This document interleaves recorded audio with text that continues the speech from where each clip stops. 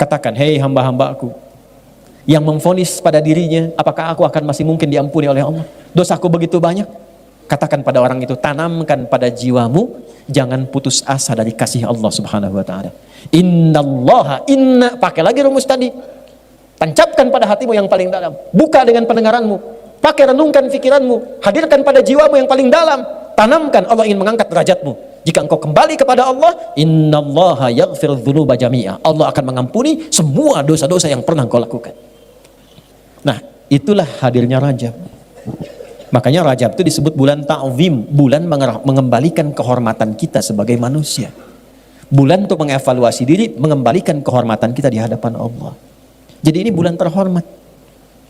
Bagaimana fungsi Rajab itu yang masuk dalam bulan Hurum? Fungsi pertamanya, fala tazlimu fihinna anfusakum. Kalau masuk bulan-bulan Hurum yang 4, Dzulqa'dah, Dzulhijjah, Al-Muharram plus Rajab ini sekarang kita di dalamnya, amalan pertamanya, fala tazlimu. Jangan sampai berbuat zalim. Jangan mencela, mau pakai lisan, mau pakai tangan. Karena tangan itu konfirmasi lisan di era sekarang. Lisannya diam tapi statusnya tajam. Kalau bisa dilakukan sampai ke kaki, maka berubahlah menjadi hamba Allah yang punya sifat kasih yang dalam. Jadi kalau ini sudah baik, pasti sifatnya berubah jadi baik. Rasa kasih, kelembutan, kebaikan, rasa penyayang, maka berubahlah namanya menjadi ibadur rahman. Inna iddatash syuhuri 'indallahi 12 syahran fi kitabillah. Yawma khalaqas samawati wal ard minha arba'atun hurum. Dzalika ad-dinul qayyim. Fala tazlimu fihinna anfusakum. Saya stop sampai di sini untuk menyesuaikan dengan durasi waktu pertemuan kita malam hari ini. Inna, sekarang kita ngaji dengan gramatikal bahasa Arabnya supaya agak dalam. Ingat, cinta pada manusia begitu dalam. Kenapa cinta pada Allah begitu dangkal?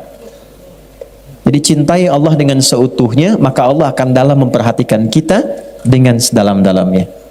Itu poinnya. Saya bikin status.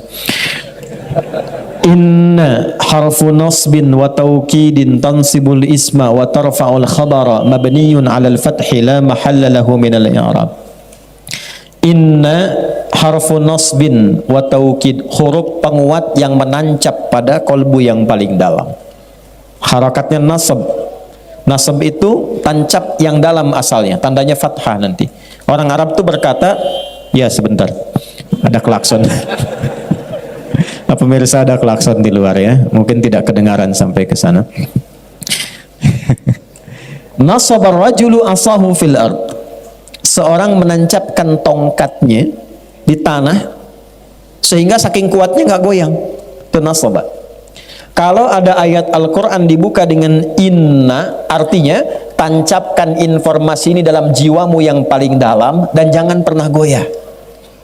Saking pentingnya bulan Rajab ini, yang termasuk dalam satu di antara 4 bulan Hurum, dibuka dengan kata inna, seakan Allah ingin mengatakan, hei, tancapkan informasi tentang ini dalam jiwamu yang paling dalam, jangan pernah goyah.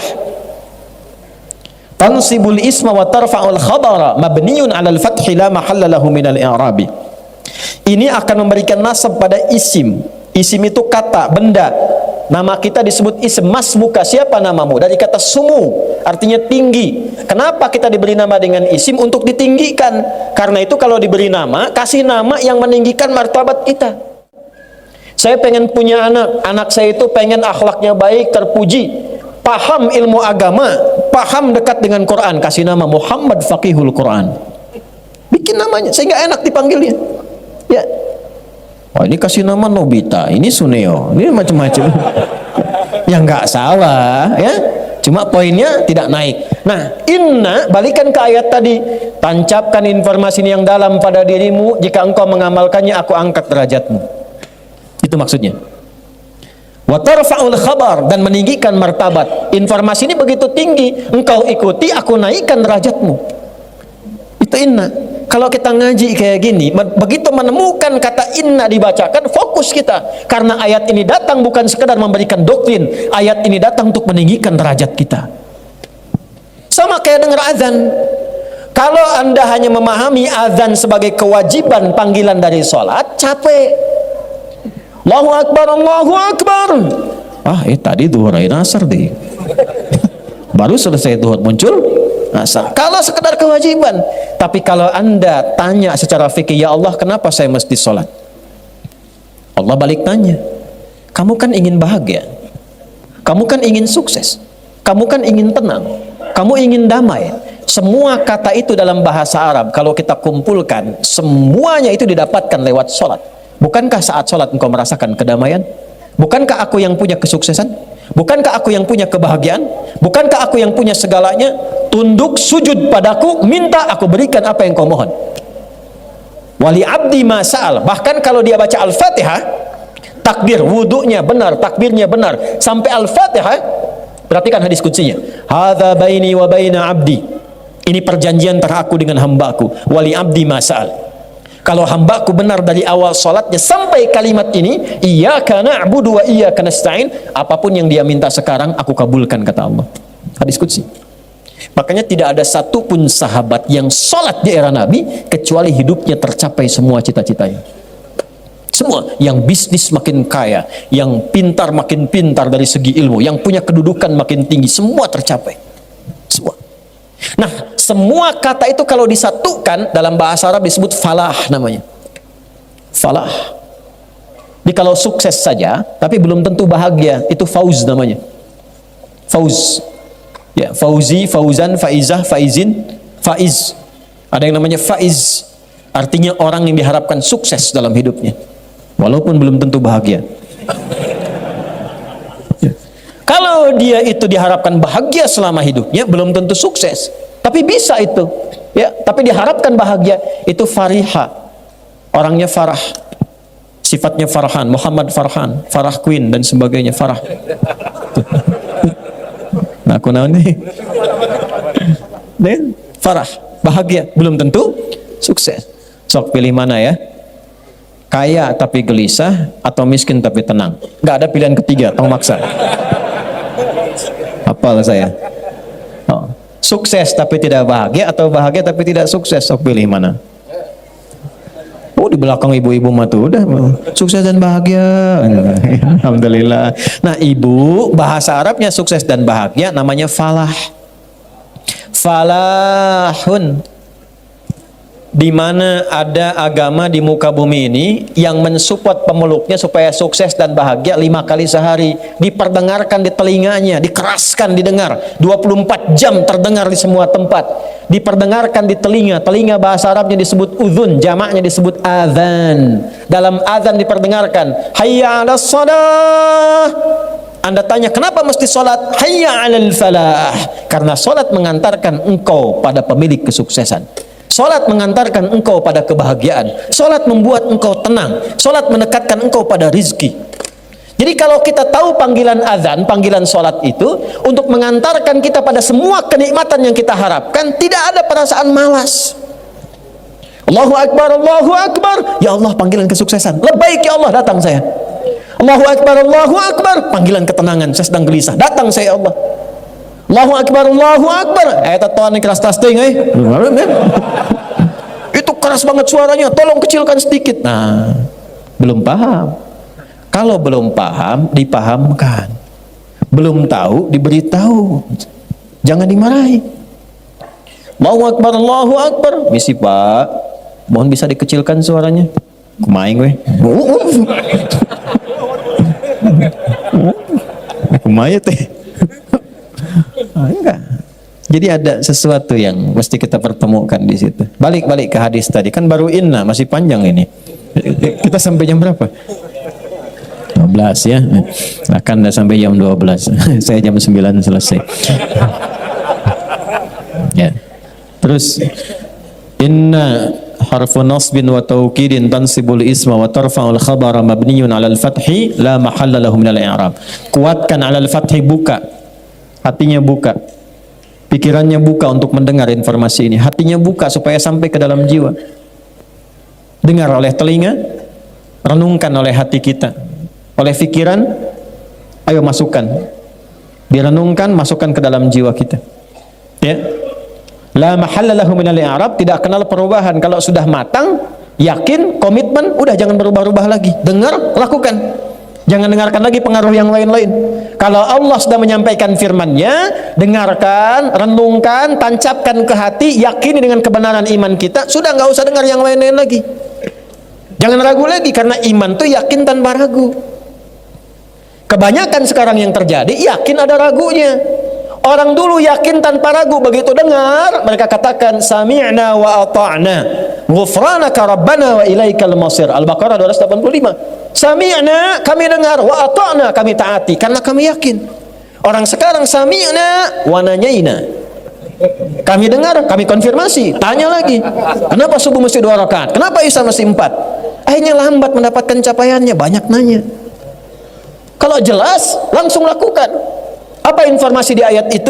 Inna iddatasy syuhuri 'indallahi 12 syahran fi kitabillah. Aku tegaskan pada dirimu, tancapkan info ini ke dalam yang paling dalam pada lubuk hatimu, jangan pernah ragu. Buka pandanganmu, resapkan pada jiwamu, jangan terjadi perubahan setelah aku sampaikan firmanku kepadamu. Kalau engkau beraktivitas, atur waktumu. Jangan sampai hidupmu tidak teratur. Aku tetapkan setahun sejak mencipta langit dan bumi, ada 12 bulan. Jadi Islam itu punya visi panjang, minimal kita atur agenda setahun ke depan mau ngapain. Jangan cuma tertulis di kalender angka, tapi kegiatannya nggak jelas. Bikin kegiatan. Ini adik-adik mahasiswa nih, ya, kapan mau lulus? Kapan mau lulus? Berapa IPK-nya saat lulus? Evaluasi, saya setahun kuliah nih, dapat apa setahun kuliah itu? Saya sebelum berangkat ke kampus itu, saya sudah tanya, saya cita-cita pengen jadi A, saya turunkan. Saya pengen jadi ahli tafsir, pengen dekat dengan Quran, pengen ini itu, turunkan. Ilmu apa yang saya dapatkan? Kampus mana yang mendukung cita-cita saya ini? Di mana tempatnya? Ada apa di situ? Saya sebelum berangkat ke Tripoli, tanya kampusnya apa? Kuliah dakwah. Berapa jarak masjid ke asramanya? Saya hitung. Berapa jarak asrama ke perpustakaan? Ke kelas berapa? Di perpustakaan ada berapa ruangan? Kitab apa di ruangan 1 sampai seterusnya? Apa setahun yang bisa saya dapatkan di situ? Sebelum berangkat saya tanya teman-teman di sana, buku apa saja selama setahun diajarkan pertama masuk ke sana? Kita punya peta. Quran surah ke-59 tuh, ayat ke berapa? Ke-18. Ya ayyuhalladzina amanu taqullaha wal tanzur nafsum ma qaddamat. Punya planning sampai ke akhirat, minimal kata Quran, tata setahun ke depan tuh mau ngapain? Tancapkan ke jiwa. Yang belum nikah, kapan mau nikah? Hah? Tuh. Yang sudah berumah tangga, bagaimana bisa mewujudkan samara, sakinah, mawadah dan rahmah? Planningkan. Nanti setahun itu bagi lagi. Bagaimana cara membaginya? Indah, semua namanya diatur dari Al-Muharram sampai dengan Dzulhijjah. Setiap 12 itu dibagi berapa bagian? Ramadan kita ngapain, Syawal kita ngapain, Dzulqa'dah ngapain, Dzulhijjah ngapain. Makanya setiap bulan itu ada pedomannya, ada momentumnya. Nih saya tanya nih, potong sapi kurban, kambing kurban, itu bulan apa? Dzulhijjah. Orang sehebat-hebatnya puasa, nggak ada yang potong sapi kurban saat Ramadan. Coba silahkan cek. Terlampau soleh tuh. Ya. Walaupun tidak dilarang, tapi tidak disebut dan disifati dengan udhiyah kurban karena ada waktunya. Pertanyaannya, kok bisa di waktu itu? Itu ada urutannya. Kenapa haji di puncak yang terakhir bulannya? Kenapa Al-Muharram di awal dan namanya pakai al? Asalnya bukan Muharram tapi Al-Muharram. Kalau Muharram itu yang dilarangnya, wujud perbuatannya. Misal, maaf, zina Muharram, selingkuh Muharram, mabuk Muharram, korupsi Muharram, menipu Muharram. Hukumnya disebut haram. Hukum zina apa? Haram. Perbuatannya Muharram.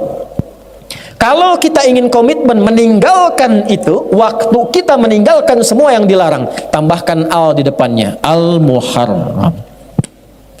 Ya. Jadi kenapa tahunnya disebut Hijriyah? Hijrah tambah ya, ikut pak sifat. Jadi kalau Anda ingin ikut berhijrah, ambil sifat-sifat orang hijrah. Hijrah itu bukan sekedar pindah tempat, sifatnya.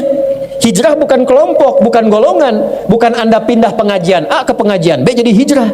Bukan Bukan pindah Ustadz A ke Ustadz B jadi hijrah. Bukan. Hijrah itu sifat. Kalau pengen ikut, lihat simbolnya di mana. 12 bulan, tahunnya disebut hijriyah, karena di situ ada sifat-sifat kita untuk berhijrah. Al-Muharram kalau pengen hijrah, bagaimana mulainya? Tinggalkan semua yang dilarang oleh Allah dan Rasulnya. Belajar pelan-pelan dari ujung kepala sampai ujung kaki.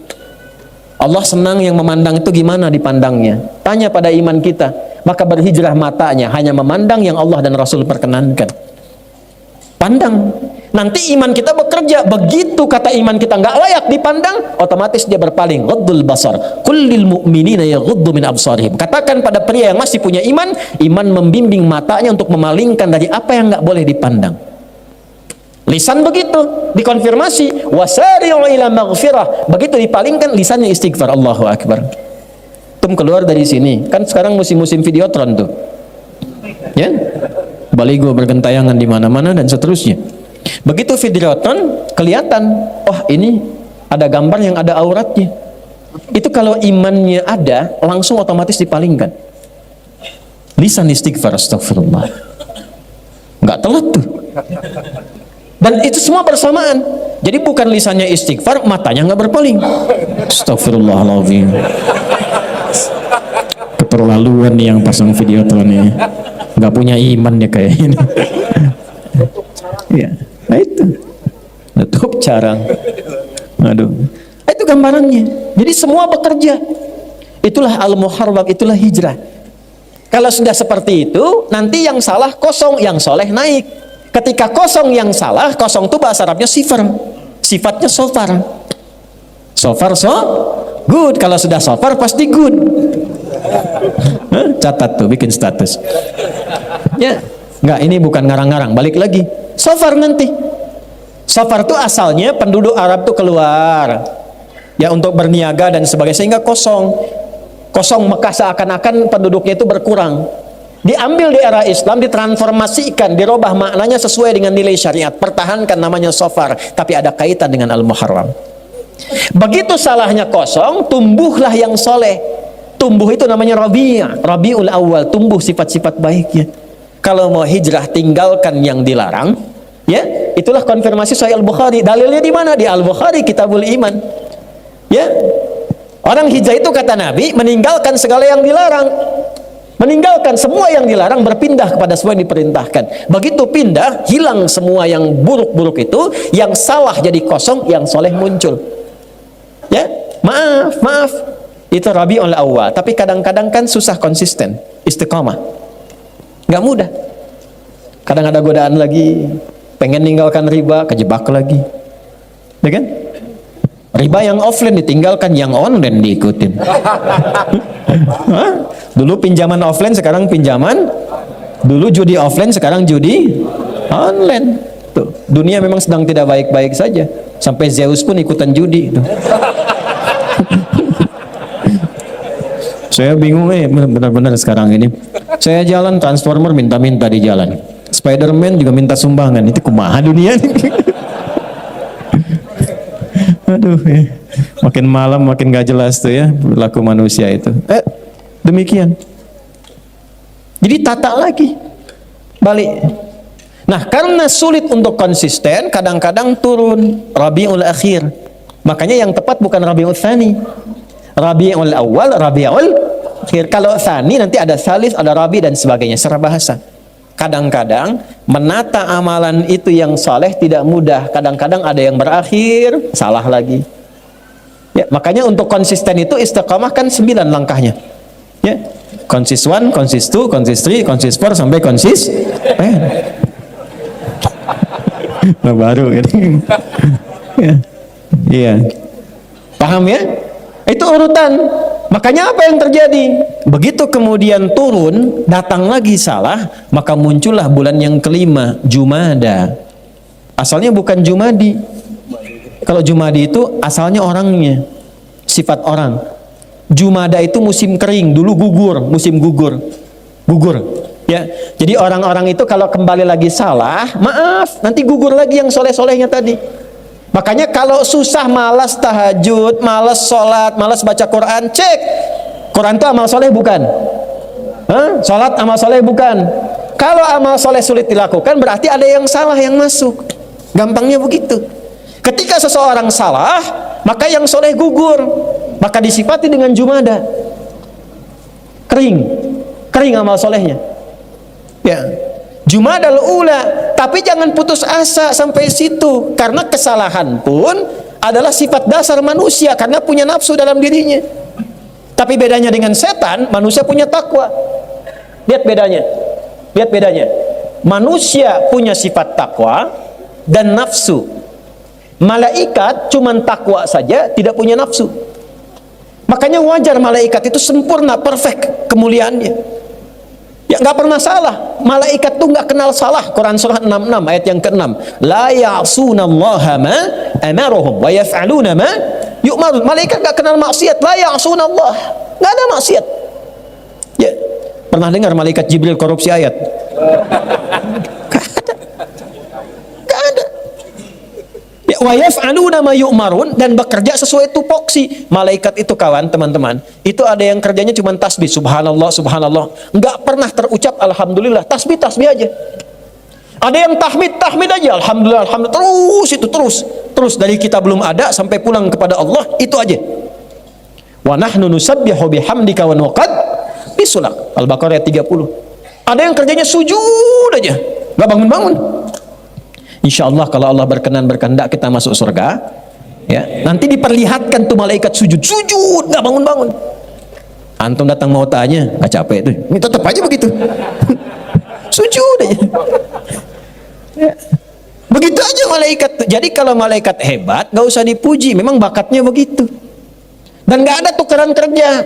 Jibril itu sengambek-ngambeknya, sejengkel-jengkelnya misalnya sama Firaun, tetap yang nyabut nyawanya Israel. Nggak ada tukeran kerja. Ya, Jibril ka dia kunaon? Eta tah ngarakeun bosan Firaun maneh we nyabut. Liar orang Firaun cenah dikirim dua nabi teh Islam nih. Aya Musa hese keneh, aya Harun hese keneh. Daihat ya. Daihat kan hese paeh. Ya kan? Daihat 1, Daihat 2 can paeh keneh. Daihat 3 teu paeh-paeh. Daihat 4 iraha paehna. Itu Sunda mah unik gitu ya. Sunda itu unik. Jadi memang di kita itu ada beberapa suku bahasa yang menarik ketika diucapkan dengan daerahnya. Ya. Dan di antara Sunda yang paling unik soreang tuh. Ya. Oh, soreang mah kalau ke Jakarta itu Sundanya luar biasa. Wah. Kamu sih enak begitu. Oh, palebah orang begini. Oh, palebah orang. Ternyata soreang tuh. Kamu enak begitu, palebah orang begini kan, palebah orang tuh. Maaf ya yang bukan Sunda itu ada apa? Kadang-kadang keunikan tersendiri. Yuk balik lagi. Balik. Jadi kalau orang sudah berada di level salah pun, jangan menyimpulkan bahwa tervonis dengan kesalahan. Awas, hati-hati. Dan kalaupun di level soleh, jangan menyimpulkan abadi akan soleh, karena yang punya sifat baik itu tetap malaikat, gak pernah salah. Sepanjang kita manusia pasti salah, pasti ada salahnya. Bedanya apa? Malaikat itu takwa saja, kita takwa dan nafsu. Jadi pasti ada potensi salah. Jadi kalau sifat ini dibawa ke hubungan suami istri di rumah tangga dan diposisikan dengan benar, itu insya Allah jalannya itu akan baik. Ketenangan, sakinah itu cepat diraihnya. Makanya bahasa Quran di Quran surah keempat ayat 19, kalau pasanganmu berbuat salah, jangan marah dulu. Ya, karena aku titipkan engkau dengan pasanganmu, memang kekuranganmu itu akan dilengkapi oleh pasanganmu. Engkau punya kekurangan, tidak ada yang sempurna. Itu poinnya. Jadi kalau kita, saya, Anda berbuat salah, jangan disimpulkan bahwa kesalahan itu abadi. Itulah sifat setan. Makanya setan ketika diberikan jalan taubat, dia tidak mengambil. Setan itu ketika salah diberikan jalan taubat. Ini dahsyatnya setan ini begini ya. Saya tunjukkan gambaran ini. Waktu pertama Adam dicipta, unggul kan? Al-Baqarah ayat 34, diperintahkan semua makhluk, malaikat dan jin sujud. Malaikat sujud, ini iblis tidak. Ya, iblis itu dari kalangan jin. Quran surah ke-18 ayat 50. Kana minal jinni fa fasaqa an amri rabbi. Singkatnya, diberi konfirmasi oleh Allah untuk tobat. Al-A'raf ayat 12. Ma mana'aka alla tasjuda idza amartuk. Hei iblis, kenapa engkau tidak mau sujud ketika aku perintahkan? Bukan sujud ya, tapi ini perintah aku. Oh, salah, hati-hati memahami ayat. Jangan sampai pertanyaannya begini, emang Allah nggak tahu iblis itu kenapa nggak mau sujud? Bukan. Allah maha tahu dengan keadaannya, tapi ingin mengkonfirmasi dengan lisannya langsung sehingga terdengar oleh semua makhluk yang lain. Dan tidak punya kesempatan ngeles dia. Jelas? Kadang-kadang hakim penyidik kan tahu perbuatannya, cuman ditanya supaya konfirmasi di lisannya. Maka dia membantah, ana khairum minhu, saya lebih hebat dibandingkan dengan Adam.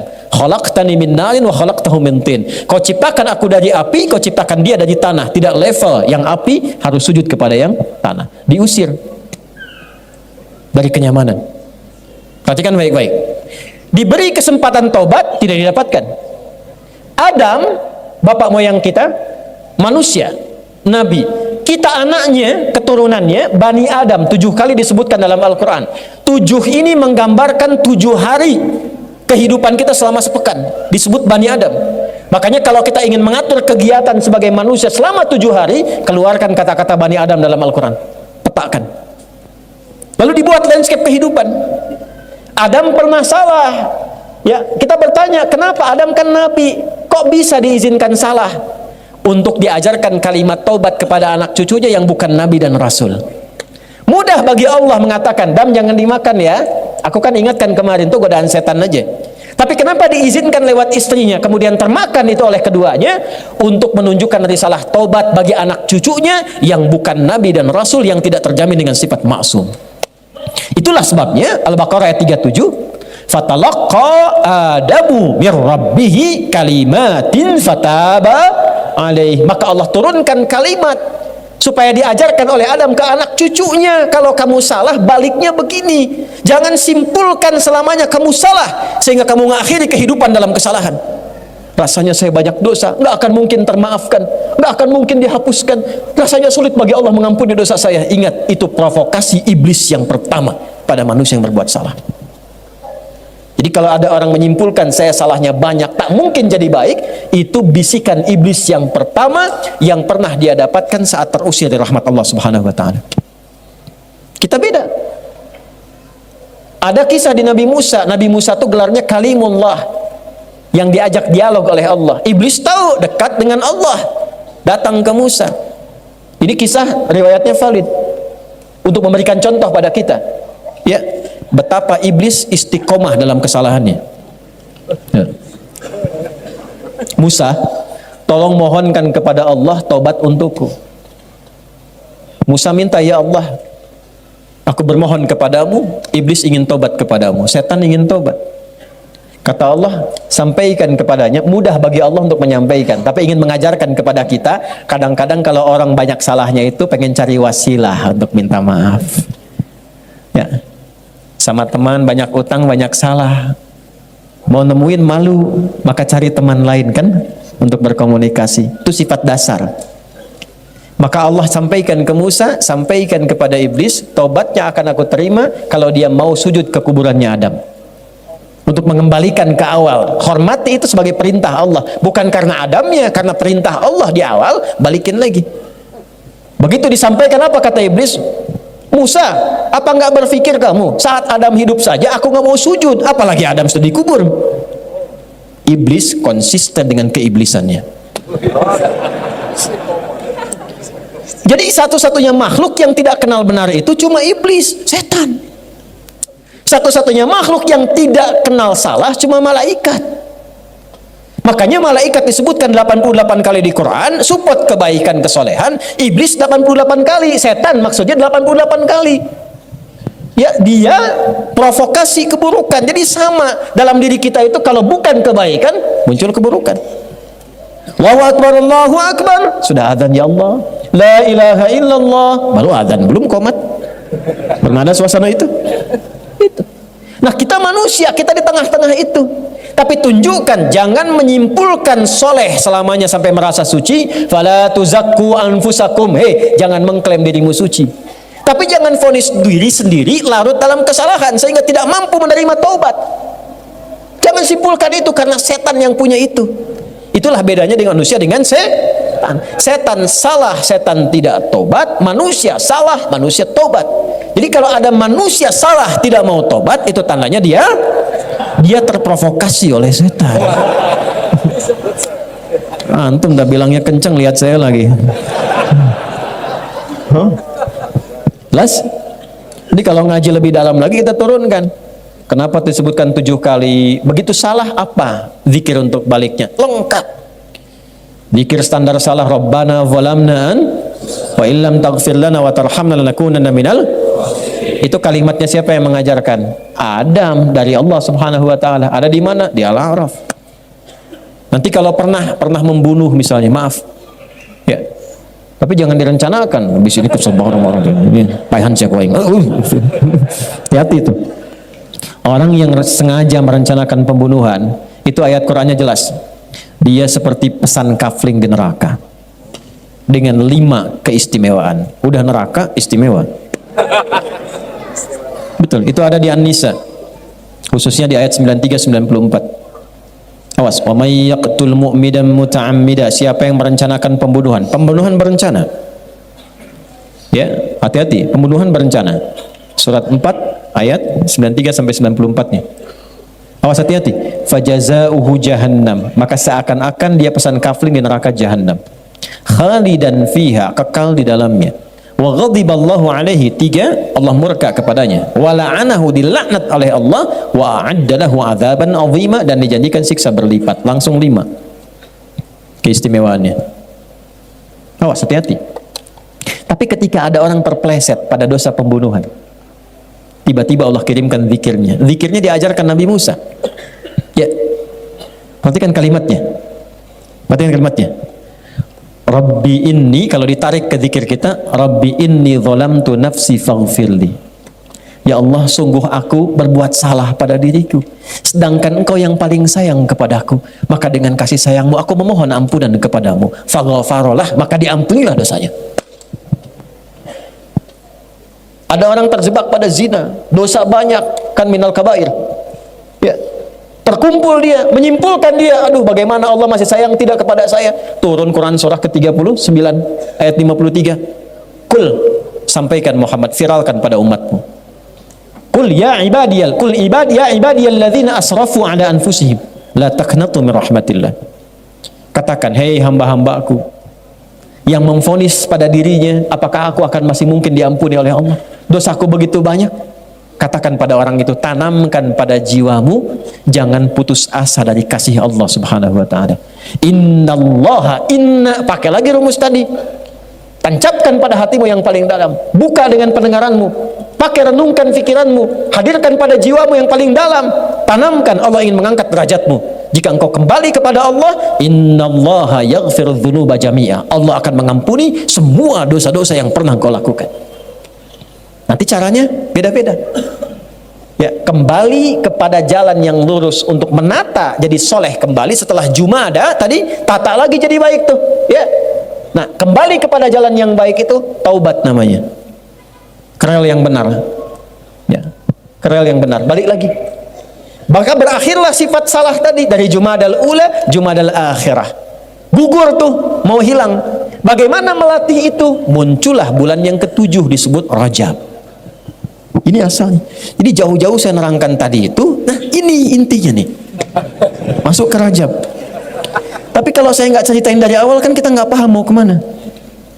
Kita nggak tahu siklusnya, kenapa dibagi 12, kenapa Al-Muharram, kenapa Safar, kenapa Rabiul Awal. Ternyata ada maknanya. Nah, ketika kita ingin kembali, saya pengen jadi baik, saya nggak mau celah orang lagi, nggak mau bikin hoax lagi, taubat saya jadi buzzer. misal ini, maaf ya buzzer. Misal, balik lagi. Ya, makanya ngajinya yang betul, taubat. Ya, ngaji yang betul nih, belajar sorof, caranya salah tasrifnya. Tabaya tubuh YouTuban. Pas bakayu Facebook bukan. Ya kan? Ya di tasrif. Balik lagi. Nah, itulah hadirnya Rajab. Makanya Rajab itu disebut bulan ta'zim, bulan mengembalikan kehormatan kita sebagai manusia. Bulan untuk mengevaluasi diri, mengembalikan kehormatan kita di hadapan Allah. Jadi ini bulan terhormat. Rajab tuh bulan ta'zim, bulan terhormat. Karena manusia diciptakan terhormat, diminta berevaluasi di Rajab supaya berlatih. Balik lagi, kenali lagi. Maka apa yang dilakukan ini di bulan Rajab ini? Teruskan ayatnya tadi. Ya, dzalika dinul qayyim, tatanan 12 bulan selama setahun dengan makna-makna dan nama yang diresapkan itu, itulah ketentuan agama yang lurus. Agama itu harus membimbing penganutnya, din itu harus mengarahkan penganutnya dengan benar, punya konsep yang bagus. Bahkan Quran menantang, kalau nggak percaya riset sendiri, pelajari sendiri. Mana ada tuntunan dalam din, dalam agama di muka bumi ini yang waktunya pun diterangkan maksudnya untuk apa, kegiatannya apa, capaiannya apa, petanya bagaimana. Inilah Islam yang lurus, kata Allah. Jadi kalau pengen lurus, kerjakan ketentuan dalam Islam dengan benar. Balikin lagi, bagaimana fungsi Rajab itu yang masuk dalam bulan Hurum? Fungsi pertamanya, fala tazlimu fihinna anfusakum. Kalau masuk bulan-bulan Hurum yang 4, Dzulqa'dah, Dzulhijjah, Al-Muharram plus Rajab ini sekarang kita di dalamnya, amalan pertamanya fala tazlimu. Jangan sampai berbuat zalim. Bahasa singkatnya zalim itu maksiat. Jangan berbuat kriminal. Jauhi yang salah. Jadi sekarang ini masa-masanya berevaluasi diri untuk menata diri kita dari yang salah menjadi soleh. Ayo kita mulai rencanakan. Jadi sekarang ini bulan terhormat. Karena itu komennya Ibnu Abbas radhiyallahu taala anhuma, pakar Quran yang diberikan legalitas oleh Nabi, jika ada orang catat kalimatnya, ini kalimat bukan dari saya, tapi statementnya Ibnu Abbas, pakar tafsir yang kepakarannya langsung mendapatkan legalitas dari Nabi. Turjumanul Quran gelarnya. Jika ada orang Islam yang sengaja berbuat maksiat di bulan Rajab, maaf bukan Rajab, di bulan Hurum, dan Rajab termasuk di dalamnya. Jika ada orang Islam yang sengaja berbuat maksiat di bulan-bulan Hurum ini, maka dosanya dipandang 2 kali lipat oleh Allah dibandingkan dengan di bulan-bulan lainnya. Jadi kalau ada orang sekarang sengaja berbuat maksiat di bulan Rajab ini khususnya yang kita sedang berada di dalamnya, maka dosanya 2 kali lipat dibanding dengan hari biasa. Kenapa? Karena ini bulan terlarang untuk maksiat, lalu orang sengaja berbuat maksiat. Anda pimpinan di kantor, Anda katakan, hari ini spesifik, semua saya berikan satu larangan ya. Semua karyawan baik laki-laki perempuan, karyawan-karyawati, hari ini dilarang merokok semua. Ya, tiba-tiba Anda temukan satu karyawan yang merokok. Dia melanggar itu, sengaja. Begitu ditetapkan dan dia sengaja melakukan itu. Kira-kira sebagai pimpinan responnya bagaimana? Oke. Nah, itulah dengan logika yang sama Ibnu Abbas menyimpulkan Allah membuat waktu evaluasi sehingga mencas kita kembali, mengembalikan kepada mode yang soleh, yang seutuhnya. Lalu dilaranglah di waktu itu untuk berbuat salah. Ada orang sengaja melakukan kesalahan, melanggar ketentuan Allah tadi. Di bulan latihan meninggalkan yang haram, dia sengaja mengerjakan yang haram. Maka dosanya 2 kali lipat dibandingkan dengan hari biasa. Saking tingginya kehormatan bulan ini. Maka yang pertama kita lakukan di bulan ini menebarkan kedamaian, ketenangan, persatuan, evaluasi diri. Kan 30 hari kurang lebih, 29 sampai 30. Dihitung, sekarang udah tengah-tengah. Anggaplah tinggal 14 hari lagi, misal 2 pekan. Yuk, misal. Kan sudah tengah-tengah sekarang. Ya kan? Alhamdulillah masih dapat materi ini di pertengahan. Coba kalau dekatnya di hari terakhir. Kan nunggu tahun depan, belum tentu hidup kan? Maksud saya, coba 14 ini terapkan ke tubuh kita dulu, jangan tunjuk orang lain. Hitunglah dari mata dulu. Ya, sebelum mata kepikiran dulu, kan di kepala ada pikiran, makanya tahallul. Coba biasakan setiap hari kita coba berpikir yang positif dulu. Husnuzan kepada Allah. Mulai besok latihan pikiran dulu. Mau berangkat keluar, macet. Alhamdulillah ya Allah, Engkau hadirkan macet supaya aku bisa murojaah. Syukuri dulu. Ya, syukuri. Supaya tenang. Jadi begitu tenang, ana inda dhanni abdi, aku berdasar prasangka hambaku. Nanti jiwa yang tenang itu melahirkan kreativitas yang cemerlang. Bikin status boleh ya? Jiwa yang tenang melahirkan kreativitas yang cemerlang. Kalau tenang tuh keputusan gampang, pikiran nyaman. Kreativitas jadi banyak. Dari pikiran dulu. Ya. Anak tiba-tiba marah misalnya, balikin dulu ke diri kita. Saya memang salah ya, astagfirullah. Pelan-pelan, lihat lagi. Demikian. Tiba-tiba misalnya ada ketentuan dalam perusahaan, ya, mohon maaf untuk hari ini gaji barangkali agak terlambat 3 hari. Ya, insya Allah baik ya Allah. Engkau yang menetapkan rezeki, semua bersumber darimu, semua akan kembali kepadamu. Kalau bukan di jalan yang ini, jalan yang lain pun pasti engkau berikan. Jalan ke Roma saja lebih daripada 1000, maka jalan kepadamu tidak lebih daripada itu. Minta, datang. Ya, pikiran yang baik. Naik ke bis, Bu, ya, mahasiswa atau mahasiswi, ada orang tatoan, tangannya merogok kemudian ke kantong orang lain. Nah, itu mah bukan husnudzon, copet itu. Yang benar, tata pikiran kita. Besok sehari, nanti dari situ turun ke mata. Latihan lusa supaya melihat yang baik-baik saja, yang tak baik gak usah dilihat. Ya, nanti ukuran yang tak baik itu apa? Iman kita ngukur. Coba status dilihat, status orang lain diupdate, status diri sendiri nggak pernah diupdate. Cek. Nanti dari mata turun ke mulut dulu, langsung ke hati aja. Mata turun ke mulut, jangan langsung ke hati aja, langsung ke hati. Ke lisan, atur bicara yang betul. Ya, kata-katakan yang baik. Rumusnya gampang. Man kana yu'minu billahi wal yaumil akhir falyakul khairan aw liyas. Itu semua pakai iman, Pak. Itu kepala pakai iman, mata pakai iman. Kullil mu'minin, kullil mu'minat. An-Nur ayat 30 sampai 31. Begitu turun ke lisan pakai iman lagi. Ya ayyuhalladzina amanu. Quran surah 49 ayat 11 sampai dengan 12. La yasraqum min qaum. Latihan jangan mencela. Jangan mencela. Mau pakai lisan, mau pakai tangan. Karena tangan itu konfirmasi lisan di era sekarang. Lisannya diam tapi statusnya tajam. Man kana, konfirmasi dari Nabi, man kana yu'minu billahi wal yaumil akhir. Siapa yang masih merasa iman kita dipertaruhkan. Siapa yang masih merasa iman pada Allah, artinya yang melanggar ini imannya dipertanyakan kepada Allah. Wal yaumil akhir, dan dengan imannya dihisab di hari kiamat, falyakul khairan aw liyasmut. Maka coba berlatih lisannya berkata yang baik. Tak mampu diam. Ya, hari keberapa tuh? Ketiga, latihan lisan. Kata yang baik. Damang, alhamdulillah. Mereka mana? Ke Payun. Yang tenang. Begitu mau marah, tahan. Yang baik aja. Nanti begitulah sampai dengan ke kaki. Kalau bisa dilakukan sampai ke kaki, maka berubahlah menjadi hamba Allah yang punya sifat kasih yang dalam. Jadi kalau ini sudah baik, pasti sifatnya berubah jadi baik. Rasa kasih, kelembutan, kebaikan, rasa penyayang, maka berubahlah namanya menjadi ibadur rahman. Wa ibadur rahmanil ladzina yamshuna 'alal ardi hauna wa idza khatabahumul jahiluna qalu la. Ibadur rahman itu jalannya baik. Kalau ada yang provokasi, didoain. Gitu. Ya, nggak bertengkar. Kan sama-sama beriman, kenapa beda pilihan mesti mencela? Merendahkan orang. Kenapa? Kan sama-sama beriman. Calonnya muslim semua. Kenapa saling menjatuhkan? Kenapa nggak kita doakan? Masing-masing punya pilihan, tapi jangan sampai perbedaan itu menjadikan terpecah belah.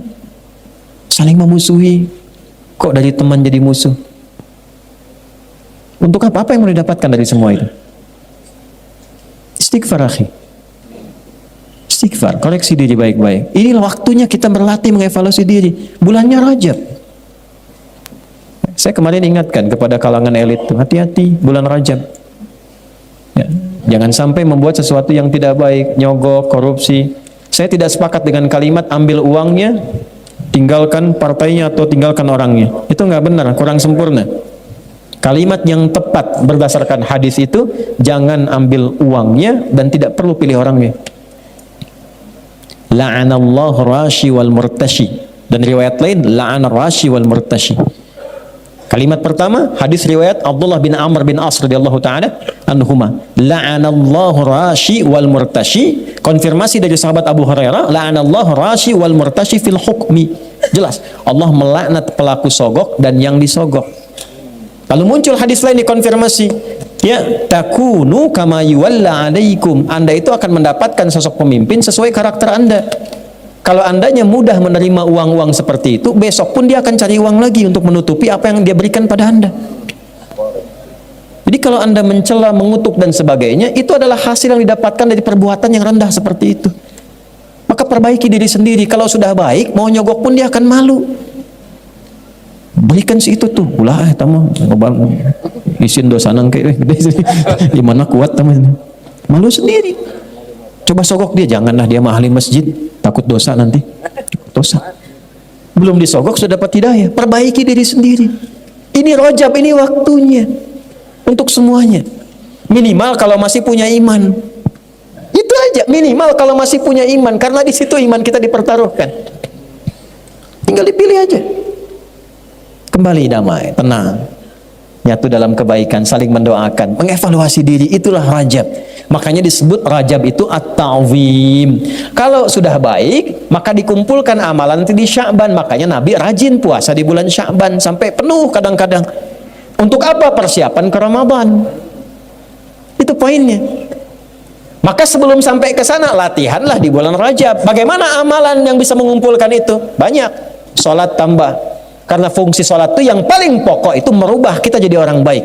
Quran surah 29 ayat 45, innas sholata tanha anil fahsya'i wal. Sumber keburukan cuma dua, kalau bukan fahsya pasti mungkar.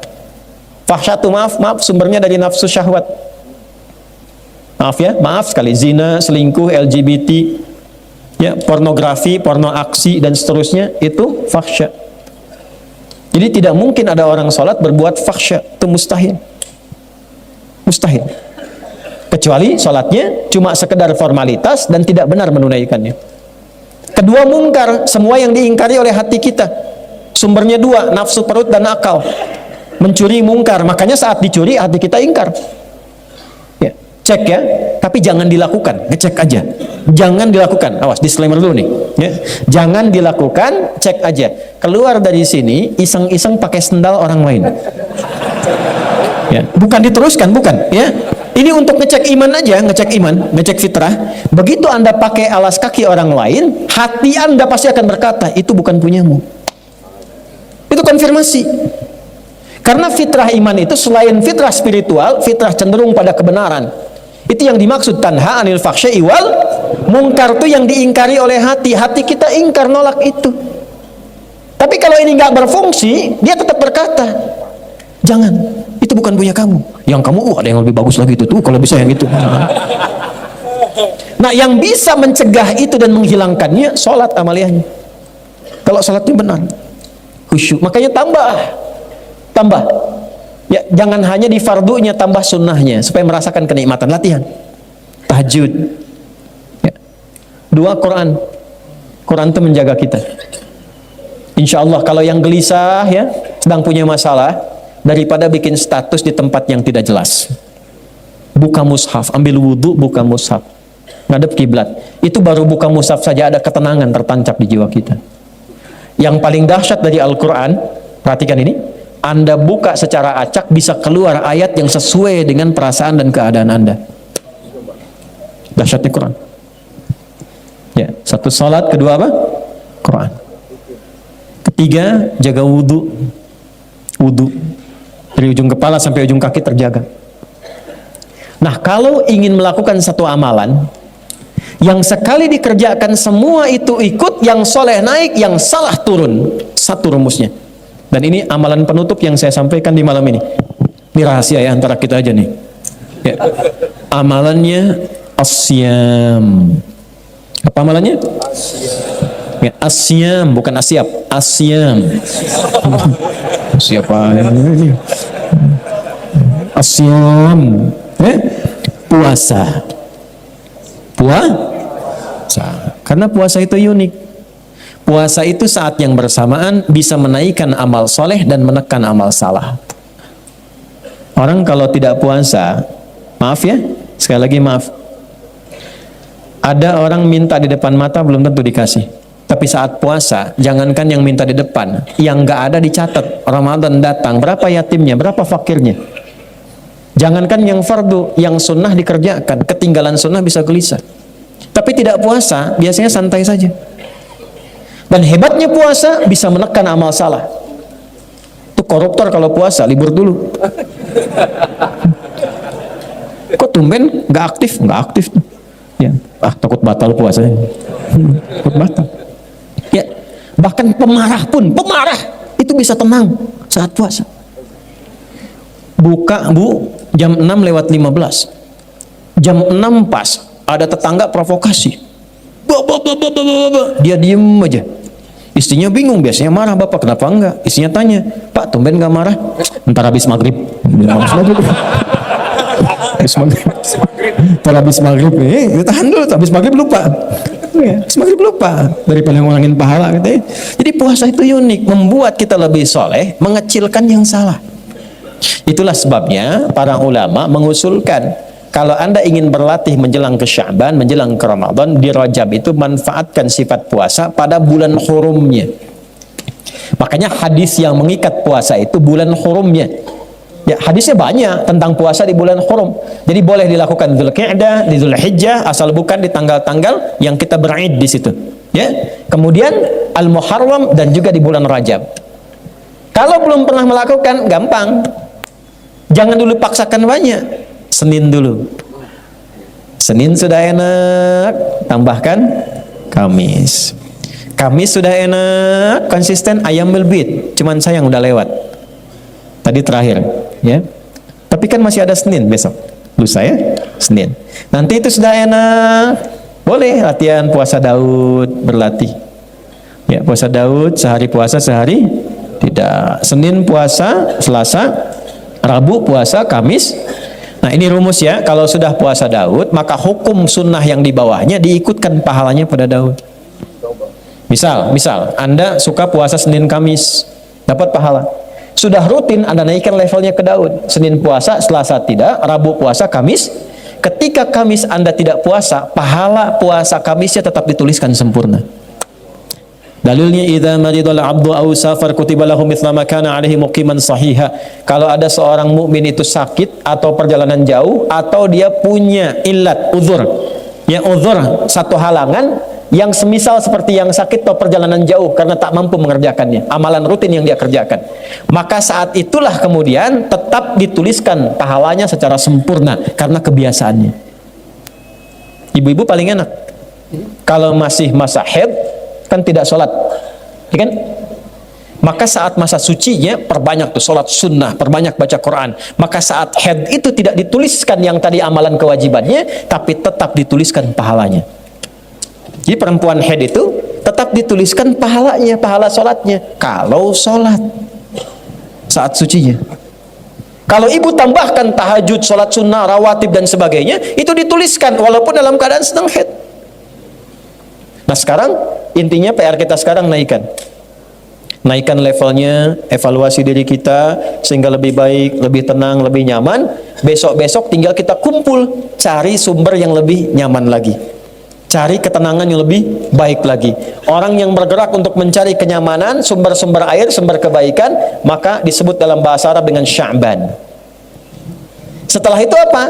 Terbakarlah semua keburukannya karena orang sudah baik berjamaah sekarang. Baik semua, jamaah semua, sholat semua, baca Quran semua, baik-baik semua akhlaknya, sosialnya. Maka gugur, terbakar semua keburukannya. Sesuatu yang dibakar tuntas, hangus, hilang disebut dengan Ramadan. Kalau sudah seperti itu, meningkatlah ketakwaannya, meningkat kebaikannya, la'allakum tattaqun. Meningkat ketakwaan, meningkat kebaikan, meningkat populasinya, maka disebut dengan Syawal. Kalau sudah Syawal meningkat, tinggal duduk-duduk tenang, duduk-duduk enak, disebut dengan Dzulqa'dah. Kenapa? Karena ada refleksi haji yang kalaupun tidak haji tapi kalau kita takwa diterima takwanya. La yanalallaha duhumuha wala dimauha walakin yanaluhu taqwa minkum. Dijaga sampai bulan ke-12 dengan takwa ini sampai kita pulang husnul khatimah. Itulah spirit dalam haji. Makanya ketika pulang mabrur dia. Mabrur itu apa? Hilang jeleknya, muncul baiknya. Maka yang tidak haji berlatih 11 bulan sehingga hilang jeleknya, muncul baiknya. Begitu dia meninggal dunia sekalipun belum sempat haji, diterima kebaikannya, dipanggil dengan panggilan ibadahnya, ketenangannya. Sifatnya abdun, jamaknya ibadun, maka muncul kalimat ketenangan. Ya ayyatuhan nafsul Mutmainah dari sifat tumakninah. Tumakninah didapatkan dari ibadah. Ruku'lah sampai tumakninah, sujudlah sampai tumakninah. Tumakninah tenang yang membuat jiwa tenang. Dampaknya ke jiwa. Jiwa yang tenang sifatnya mutmainnah. Dipanggil dengan sifat itu. Ya ayyatuhan nafsul mutmainnah, irji'i ila rabbika radiyatan fadkhuli fi ibad wa ibadur rahman. Pulang kita dengan status ibad. Saat sakarat itulah ditampakkan surga kita dari amalan kita. Kenapa orang itu pulangnya tenang? Karena dia melihat surganya. Dari mana konfirmasinya? Sayyidah Asiyah, istrinya Fir'aun, ditempatkan dalam satu surat yang sangat luar biasa. Begitu akan dihukum, akan disiksa dengan siksaan yang luar biasa dahsyat, dia bermohon kepada Allah, Rabbibnili indaka baitan fil jannah. Ya Allah, mohon tunjukkan kuasamu padaku dengan menunjukkan janjimu, bangunkan istana untukku di surga sesuai dengan janjimu. Wa najjini min fir'auna wa amalih, dan selamatkan aku dari siksaan Fir'aun ini dan perbuatan-perbuatannya. Maka apa yang terjadi? Ditampakkan surganya, senyum beliau, dalam senyumnya diwafatkan oleh Allah sebelum disiksa oleh Fir'aun. Maka ketika senyum, komen Fir'aun. Ini komennya langsung dislike aja, nggak apa-apa. Ya. Dia komen, perempuan bla bla bla, jelek sekali, jadi tidak saya sebutkan. Mau disiksa kok masih senyum. Dia tidak tahu Allah menampakkan apa yang tidak kasat mata baginya. Maka ditampakkan surganya, diwafatkan sebelum mendapatkan kekejaman Fir'aun itu.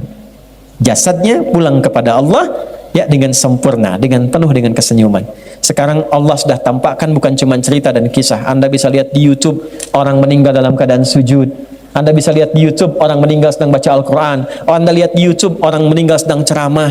Ketika mereka meninggal dalam keadaan baik, masihkah Anda ingin melakukan maksiat? Dan terbayangkah mungkin Anda wafat dalam pekerjaan itu? Elit-elit terbayang kalau sedang nyogok meninggal? Anda terbayang ketika meninggal sogokan meninggal? Ketika mengumpat meninggal? Ketika mencela meninggal? Mau meninggal seperti itu? Maka kembalilah, Rajab mengajarkan kita untuk berevaluasi diri. Itulah peran pentingnya Rajab. Berusaha kita semaksimal mungkin merubah dia jadi bulan ini. Saya ajarkan satu doa yang paling efektif insya Allah, yang ringan, padat, tapi membuat kita cepat berubah jadi baik. Tolong catat ini dengan baik ya. Bismillahirrahmanirrahim. Allahumma paksain. Ayo rekam ya, tulis. Ayo, Allahumma paksain, paksa berubah. Kalau nggak memaksa diri susah, paksa. Bukankah saat kita mau berdiri kita memaksa diri?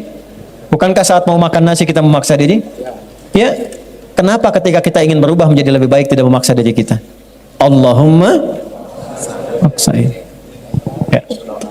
Tahu kedua cekap itu, memaksakan itu. Ya, memaksain. Jelas? Nah, kurang lebih itu materi yang bisa kita gali. Jangan banyak-banyak. Yang penting kita mengerti apa tujuannya, substansinya apa. Yang penting prakteknya. Itu poin yang paling besarnya.